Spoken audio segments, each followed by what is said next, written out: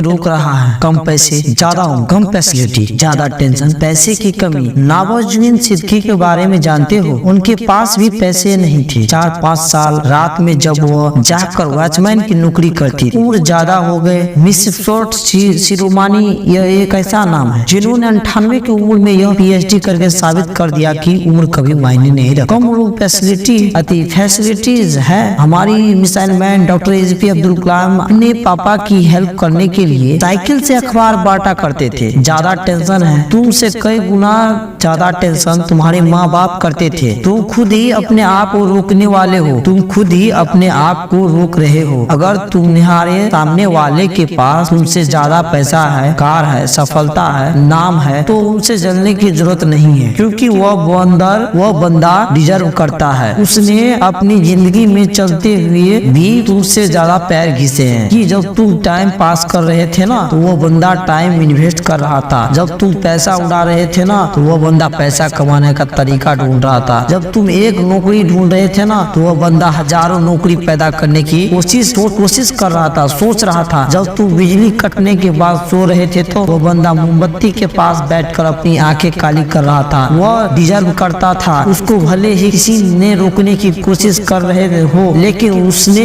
खुद को, अपने आप को कभी नहीं रोका। यही फर्क है तुम में और एक सक्सेसफुल इंसान में, कि खुद अपने आप को रोको मत, बल्कि अपने आप को खुद रोकने देने से रोको। जबकि लगी नींद आ रही है, उठो, मुंह धो और होकर 30 मिनट में पढ़ ले। रिसर्च करके थक गए हो, पसीना पोछो, पानी के 2 घूंट पियो और 1 प्लेट और मार्क बैंक बैलेंस खत्म हो गया तो दिल से महसूस करो कि हिम्मत का बैलेंस कितना बचा है।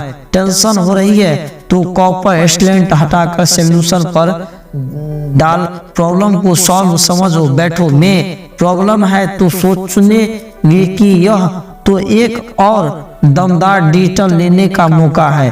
तो प्रॉब्लम को प्रॉब्लम नहीं बल्कि अपनी लाइफ का एक टर्निंग पॉइंट समझेगा। बचपन में सबसे बड़ा था कि सबने पढ़ा था कि बूंद बूंद से घड़ा भरता है, लेकिन कभी भरने की कोशिश नहीं करेगी।